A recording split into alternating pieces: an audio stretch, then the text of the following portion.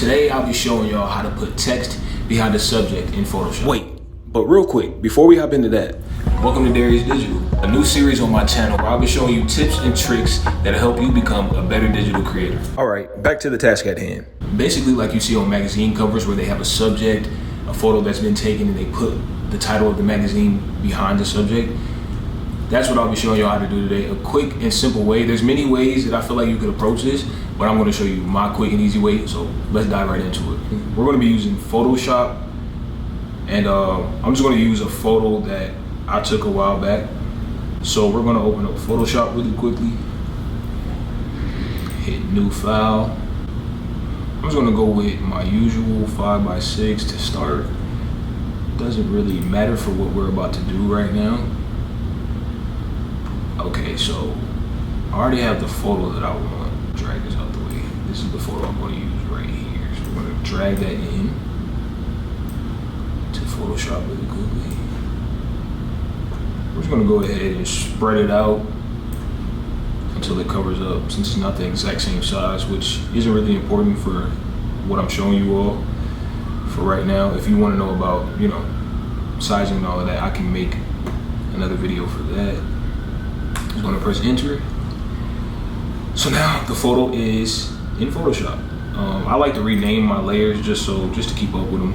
You never know how many layers you might end up having, so I'm going to name this. So name is the basic layer. And from here, what I do is I duplicate. So I right click, duplicate layer. I'm just going to let it be base copy. Keep it a little simple, So what we're doing is we're taking text and we're putting it behind the subject, but not behind the entire picture, right? That's what we want it to look like when it's all said and done, right? So you want to be able to, you want it to seem as if the text was there in real life, floating behind his head in real life when I took the picture. So what you want to do is separate the subject from the background, right? So the easy and quick way to do that here in 2022 is to go up here to select. I'm going to select subject, and usually it gets the job done. Usually it's pretty accurate. I'm hoping for accuracy now. That's pretty accurate. I think we'll go with that actually. So of course you don't see a difference because it's the same picture on top of the picture. So even if I make it invisible, you won't see a difference. So just to make sure that it's not a crappy selection that I just masked, I'm going to make the base layer invisible. And as you can see, his locks right here didn't get cut out so well, but for this, that actually isn't as important, so I'm not going to worry about that for what I'm showing you all today. So everything else looks pretty fine. Actually, I want to fix this right here. So what I'm going to do is I want to make sure the mask part is selected, this right here on the layer that I just cut out, and I'm going to zoom in just to clean this up a little bit. This is how I like to do it. There's many ways to do it, but this is what works for me, I feel. See, it kind of cut off some of his hat right here, and then it gets a little blurry right here. I'm going to replace a little bit of that. And I'm even going to go over the line of where I wished for him to be cut out, because I'm going to go back and kind of clean it up myself using the pen tools. But first, since it's a mask, in order to replace it, you want to paint over that area with the color white. So I'm going to take the paintbrush. It's a little too big, so I'm going to make it small. Make the brush smaller. I'm just going to follow this line right here where they cut it out at, but didn't quite get it right.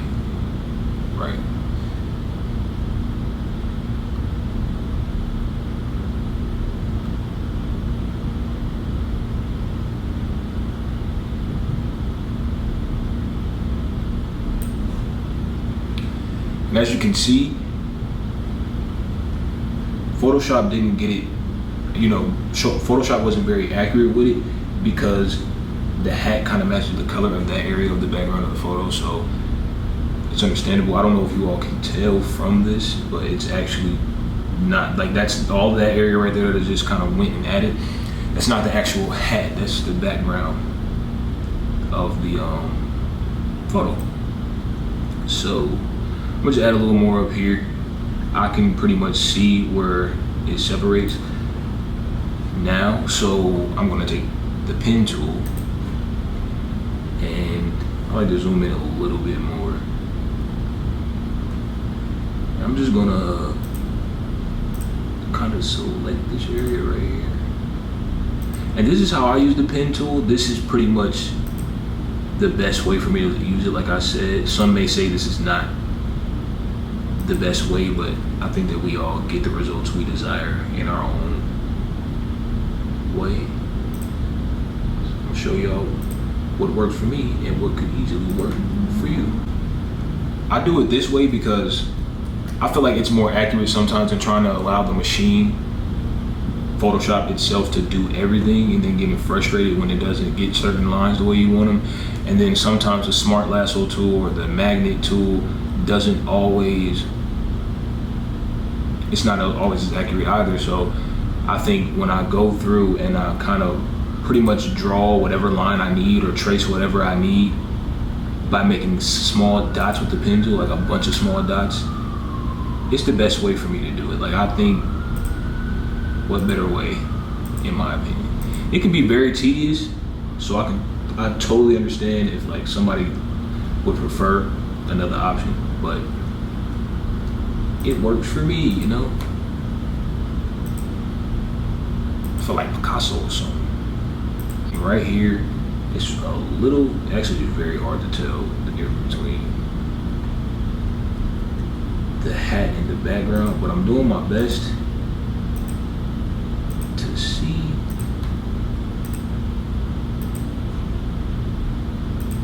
Sometimes I even get a little closer with the dots I'm making with the pen tool. Sometimes I do them even close, so the line ends up being a little more smooth. And contrary to what it may look like here, it may look a little zigzagged, but once I cut this little area out, it's not going to look as zigzagged as it looks. It's going to look a lot more smooth.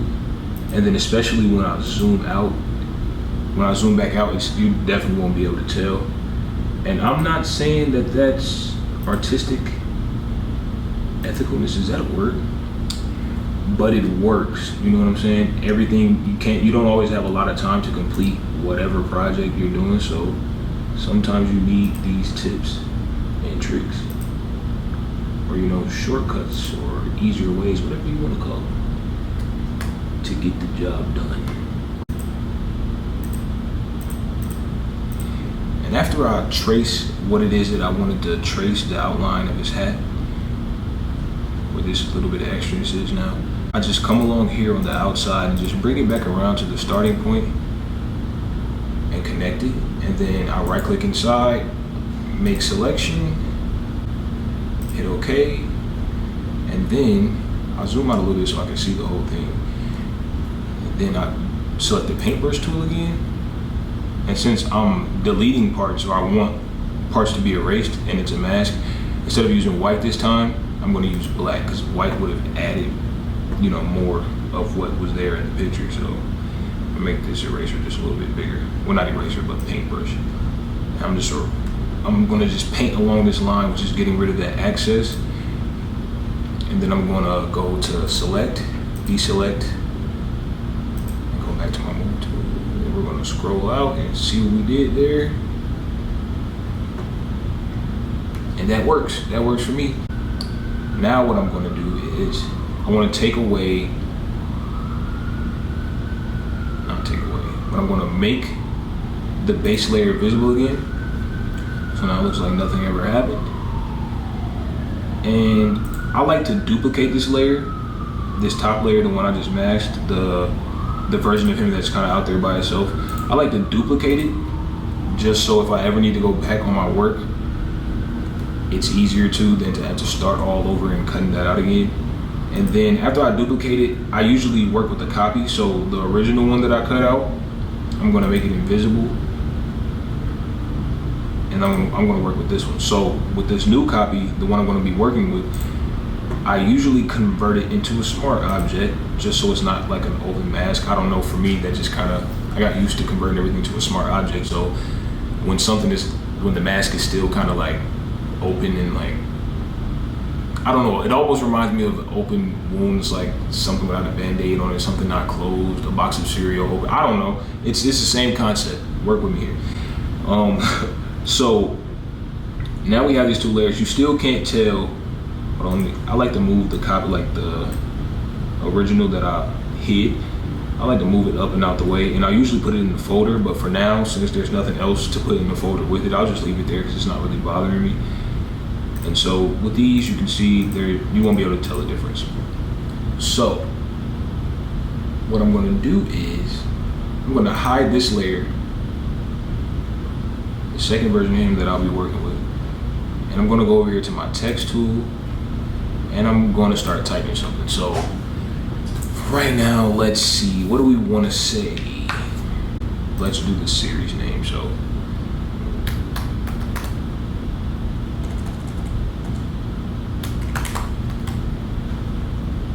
digital for Dareus digital.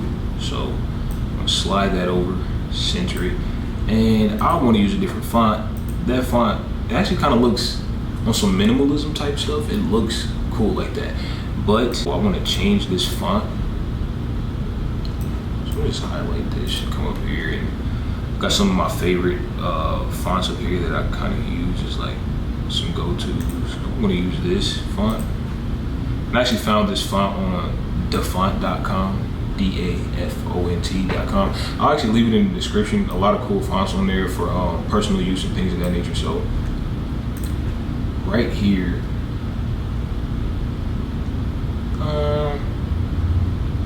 I think right here works. And I think I prefer it just being white. So now that I have my font in place, my word, my floating word in the back,